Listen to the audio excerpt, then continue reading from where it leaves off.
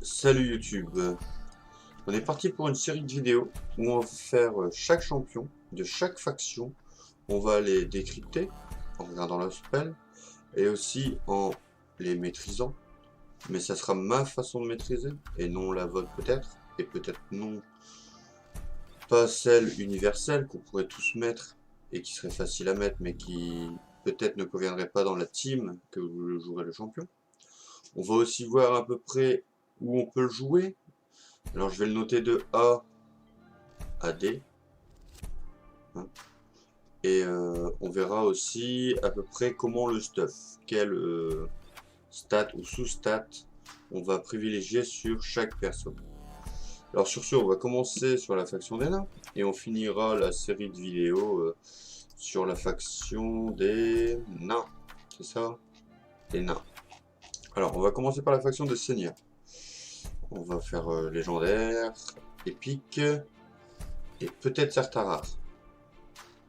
Après les communs, les peu communs, ça va être tendu, hein. Je vous dis, ils sont pas beaucoup à pouvoir être joués, quoi. Ou alors je ferai des vidéos spécifiques à certains communs ou peu communs. On verra bien. Alors là, on va commencer par la façon des seigneurs. L'enchant fort, hein. Légendaire, bien sûr. Alors, son spell A1. Attaque un ennemi, offre 45% de chance de placer un debuff. Réduction de def de 60% pendant 2 tours. Ça, c'est cool. Le A2 attaque tous les ennemis, place un debuff de réduction de précision de 50% et un debuff d'attaque de 50% pendant 2 tours. Et ça, on peut le relancer tous les 3 tours quand on la boucle. Après, il y a son passif qui est au début de chaque tour. Place ce champion. Place sur ce champion un buff bouclier équivalent de 20% de ses PV max pendant 2 tours. Placera un debuff vitesse de 15% pendant 1 tour sur tous les ennemis attaquant ce champion. Et ça, on peut le réduire, on peut le mettre tous les tours, son passif. Ça fait qu'il nous faut 1, 2, 3, 4, 5. 5 boucles minimum qui tombent bien dans les trucs. 5, 6, 7, 8, 9 boucles. 9 boucles, ça va. Pour un légendaire, ça va. 9 boucles légendaires, ça passe. Et on va regarder son aura. C'est une aura donjon de 50% en PV. Ça va, si on joue en donjon. Mais si vous jouez en donjon, genre sur le dragon, on aimera plus la précision ou la def. Parce que les PV, je vois pas trop l'intérêt, hormis si vous avez une team déjà blindée. Et encore. Alors, là on va regarder ses maîtrises. On va les faire la maîtrise tank. Je les ai fait de base, hein, parce que sinon après j'avais déjà fait une vidéo et ça rend pas bien d'ouvrir les pages, machin. Alors moi je suis parti là-dessus. Parce que vu son spell, réduction de précis, réduction d'attaque, réduction de def, en tank, il faut de la précision. Alors là, on part sur précis, hein, précis. Ça c'est pour chaque ennemi. Bon, vous les lirez, mais en gros c'est ça. Et là, comme ça, hein, on le part en tank, on le part comme ça. Pour qu'il y ait de la def et des boucliers, puis des dégâts reçus moindres, parce que c'est un tank. C'est lui qui va prendre les coups. On va éviter qu'il crève. Alors je sais pas si vous voyez bien, voilà. Voilà, ça on part sur celle-là. De toute façon, je les mettrai en dessous de la vidéo. Je le mettrai sur un hébergeur d'images où je vous donnerai les liens de mon Discord où je vais les poster après cette vidéo. Quand on part sur en DPS, mais il faut toujours de la précis, hein. C'est quand même un perso qui enlève des buffs, qui met des buffs, pardon. Alors on part sur de la précis quand même. Et en DPS, moi je suis parti là-dessus. Et je suis parti sur la fin, hein, parce qu'on vise la fin. Là, c'est vraiment comme vous voulez, mais moi je suis parti là-dessus. Et sur la fin, j'ai préféré viser les dommages critiques. Parce que bah, il part en DPS, il faut qu'il fasse du dommage critique. J'aurais pu potentiellement mettre Ligneur Def. Si vous le jouez en arène, vous pouvez potentiellement mettre Ligneur Def. Mais bon, mon but, c'est vraiment qu'il fasse des damages à mort. Alors, on va retourner sur le petit jeu, vous voyez. où le jouer?